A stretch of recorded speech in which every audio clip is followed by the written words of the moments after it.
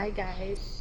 So today, samahan niyo ako. Kukunin natin yung race kit natin sa MOA for tomorrow's marathon. Ay, hindi siya marathon kasi 10K. Pero fun run. Yeah, for tomorrow's fun run. See ya! Hi guys! Sarado pala ang MRT. Wala tayong choice kundi hanap tayo ng ibang alternative. EDSA Carousel tayo ngayon. First time ko ngayon mag-try ng EDSA Carousel.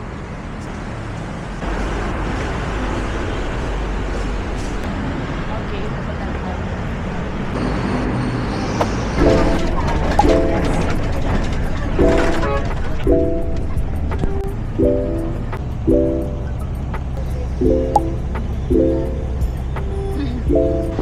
We're at MOA. 3:40 pa lang. Early time ng 20 minutes to get our race kit. Kaya libot-libot muna tayo. Welcome to MOA.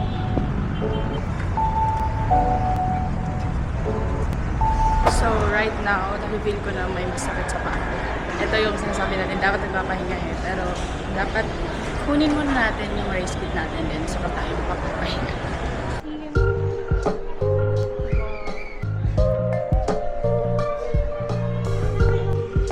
So we're outside MOA. Nahanapin natin yung block 20 para makuha na natin yung race kit natin. So sabi sa maps, from here, dire-diretso lang and then yung pinakadulo is the block 20 na. Nandito na naman ako tomorrow. Dito ako tatakbo. Oh my gosh, na-excite. Gusto ko na bumili ng Bumero, guys. Nakita ko siya and na-inlove ako dun sa color pink. And then tinignan ko din yung Nova Blast. Pero parang hindi ganun yung impact niya sa akin nung nakita ko siya. Kaya pinag-iisipan ko ngayon kung Bumero or Nova Blast. Kaya mag-research tayo kung ano ba talaga mas maganda. So nandito na tayo sa block 20. Na din ako nakikita yung mga nag-claim ng kit nila. Thank you. Got our name. So we got our kit right here. It says 10 kilometers ang tatakbuhin natin tomorrow. Wish me luck! To be honest, I've been actually preparing for this. Like, para siyang in denial na nagpe-prepare ako. Hindi ko iniisip na nagpe-prepare ako for this race. Pero yun actually yung Presently, naligaw ako sa YouTube. Puro ako TikTok or Facebook. Meron ako nakitang vlogger, isa siyang runner din, marathoner na babae, si Chris Yu. Na-inspire ako pag nakikita ko yung videos niya. So, oh my gosh, I'm so inspired. Nag-start na ako, pero like, to start my marathon journey. As in, nai-inspire ako sa kanya. I mean, the thought na parang hala, iniisip ko, oh my gosh, my first marathon, na kailan kaya? Pero set ko na siya sa utak ko na I will start next year talaga. So this year, puro 10K muna tayo. Then next year, start tayo ng half marathon, all the way to full marathon. Ang saya.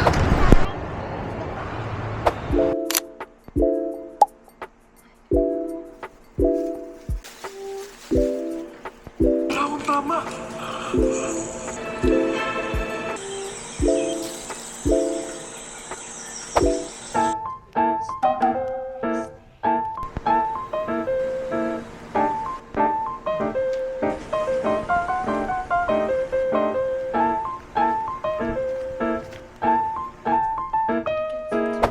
Okay, nakalabas na tayo final. Hintayin na lang natin yung ating rider. I think ito na siya. So we are here sa venue. 3:44 pa lang. 4 AM pa yung ano natin. 4:15. So ano muna tayo dito. Like we said, it's now, we're gonna start with your Zumba warm-up in a bit. But now,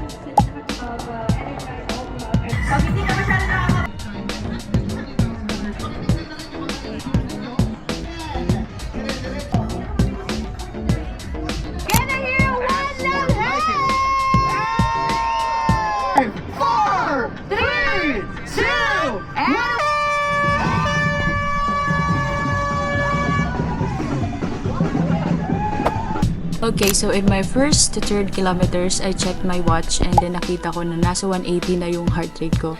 Kaya hindi ako masyado nagsasalita sa mga videos ko. Every time nangingiti lang ako, it's because merong camera.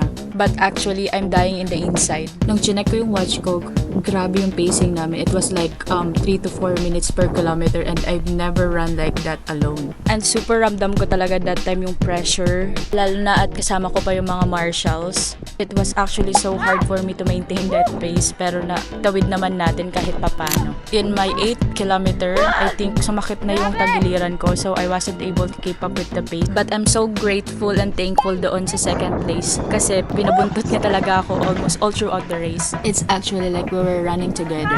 And here we are, crossing the finish line. Thank you. Anong time ko? Di pa ma'am official. Sige, thank you. Done! Okay po. Oh, thank you.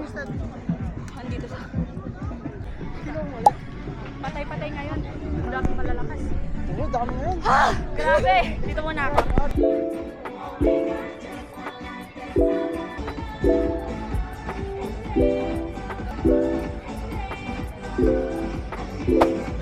Thank you.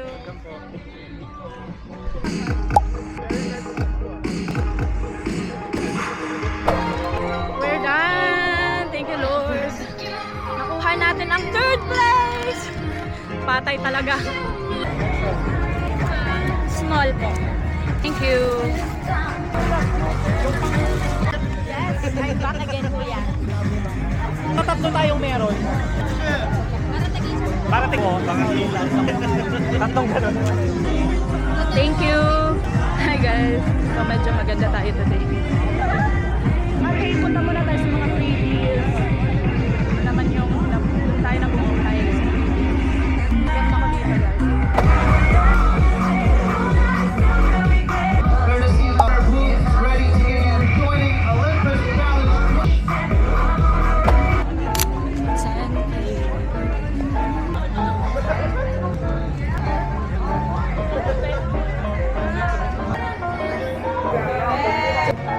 All ready for the pull down, 10 winners, 5 male, 5 female, the best in attendance to be followed by James Cacao Photography, Photography.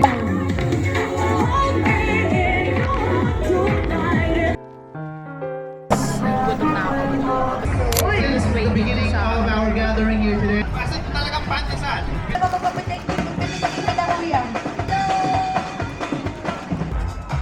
Second place with a time of 19 minutes. Next up for our 10K female category, for our third place with a time of 48 minutes and 44 seconds, bib number 10865.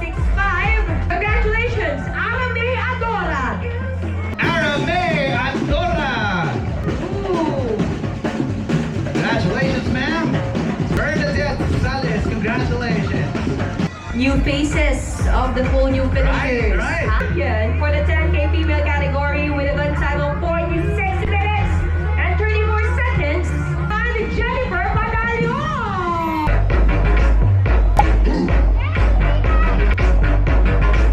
And over all others is PH. Kung pwede mo Community, hello! Namin sa Dayan SPE na kahit kung may ganito kaming karamdaman, nakakapag-contact.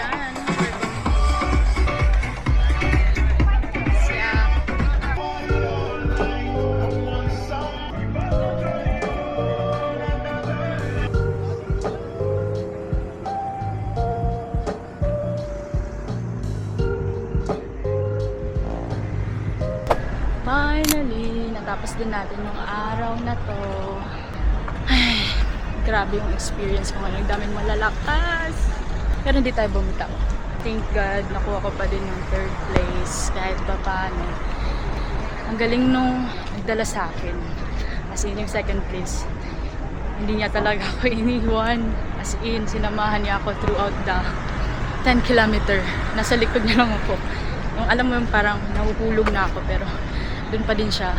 Pinipace niya pa rin ako. Thank you so much. Ang dami kong natutunan sa race na to. Alaman ko na ang dami ko pa kulang. Lalo na yung sa mind ko. Ang dami nangyayari kanina. Parang gusto ko na mag-iba pero parang ayoko. Congrats sa lahat. Pinaghirapan natin to. Congrats to everyone. See you next race. At sa sapatos ko, ayan, thank you. At itinawid mo ko ngayon. Wait lang, meron pa tayong 2 race.